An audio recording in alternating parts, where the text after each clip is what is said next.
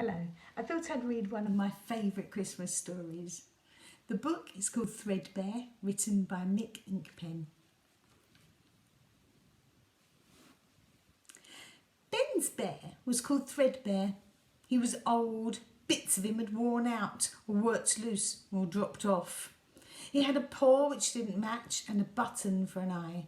When he looked through the button, he saw 4 pictures instead of 1. It was like looking in a television shop window. But there was one thing that had always been wrong with Threadbear.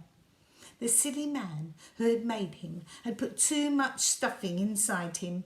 His arms were too hard, his legs were too hard, and there was so much stuffing inside his tummy that his squeaker had been squashed.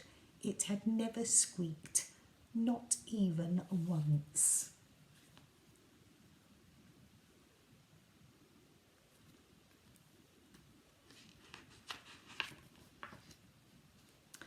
Threadbear hated having a squeaker in his tummy that wouldn't squeak. It made him feel like he was letting Ben down. Ben's frog could croak. His space monster could squelch, and his electronic robot could burble away for hours if it had the batteries in the right way round. Even that little toy that Ben called Grey Thing could make a noise, and nobody even knew what Grey Thing was meant to be.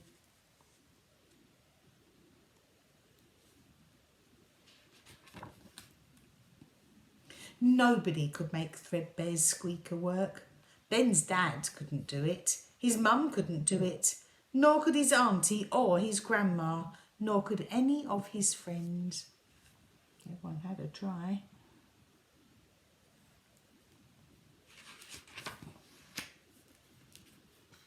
When Ben had the measles, he asked the doctor about Threadbear's squeaker. The doctor listened to Threadbear's tummy. Not even the faintest sign of a squeak.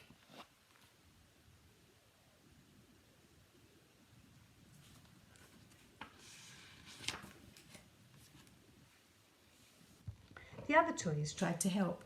"If you had a winder like me, we could wind you up," said Frog. "If you were made of rubber like me, we could squelch you," said the space monster. "Well, if you had batteries like me, we could turn you on," said the robot. It was not much help. "Why don't you ask Father Christmas?" said Grey Thing. "He knows all about toys." Wow, this was a brilliant idea.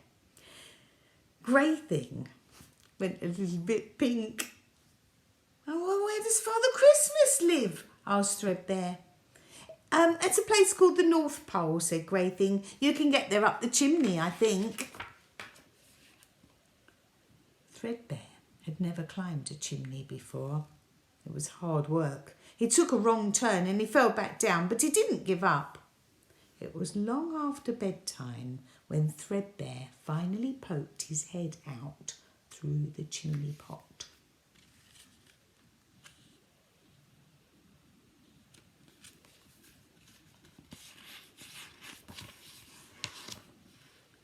Threadbear sat down to wait for Father Christmas. He waited and waited, but Father Christmas did not seem to be coming. The moon rose in the sky and Threadbear began to doze. Suddenly, Father Christmas was there, helping Threadbear onto his sleigh.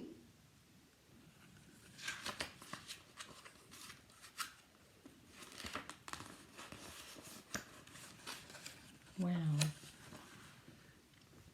They flew over the top of the world and on to the land where squeaker trees grew. Threadbear could hear the squeaker trees as they came into land. "You must eat the biggest squeaker fruit," said Father Christmas. Oh, it tasted delicious. But Threadbear felt himself falling and falling and falling. Bump! Threadbear woke up. He rubbed his eyes and looked around. There was no squeaker fruit, no squeaker tree, and worst of all, no Father Christmas. "I must have fallen asleep and dropped off the North Pole," said Threadbear. morning, Ben was surprised to find Threadbear in the garden covered with soot. Ben's mum put Threadbear straight into the washing machine. She didn't even look at the label on Threadbear's neck, which read in capital letters, "Do not wash." When Threadbear came out of the washing machine, the soot was gone. But there was a curious purple stain on his chin, which nobody could explain. Threadbear was feeling too giddy to notice. His head was spinning like a spinning top. "I don't mind feeling giddy," thought Threadbear as he hung up on the line. "And I don't mind having a button for an eye and a paw that doesn't match. I don't even mind being hung up by my ear. But what I mind very much indeed, is having a silly squeaker in my tummy that will not squeak." Threadbear was so cross that he frightened a robin that had been flying in the garden. It flew away, leaving him alone, bouncing angry little bounces on the washing line. The sun rose slowly over the garden. It shone straight down onto Threadbear. It was a great warm shine, like an enormous hug. Threadbear began to steam. He began to feel much better. The more he steamed, the better he felt. He swung his legs backwards and forwards, then he kicked them high in the air. Soon he was swinging round and round the washing line, giggling to himself. "Why do I feel so happy?" he thought. It was at that moment that Threadbear realised a very odd thing had happened to him. His paws felt different. So did his arms and his legs. They were no longer hard. Inside his tummy was a wonderful loose feeling. It was a comfortable feeling, a feeling that he had never felt before. At that very same moment, something caught Threadbear's eye. Something red was racing across the sky.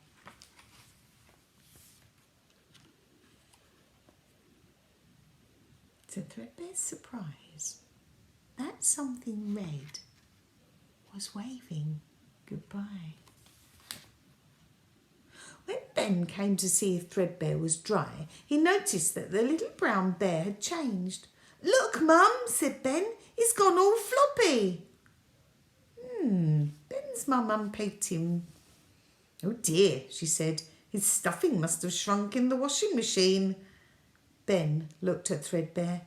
"I like him like that. It makes him look..." But Ben couldn't think of the right word. So instead, he gave Threadbear a squeeze. And for the first time, the squeaker in Threadbear's tummy gave the loudest, clearest, squeakiest squeak. Oh, that's a nice story, isn't it? And that's the picture on the back. You can see Father Christmas and a reindeer and Threadbear being fixed by Father Christmas. Have a lovely Christmas, everyone. Good night.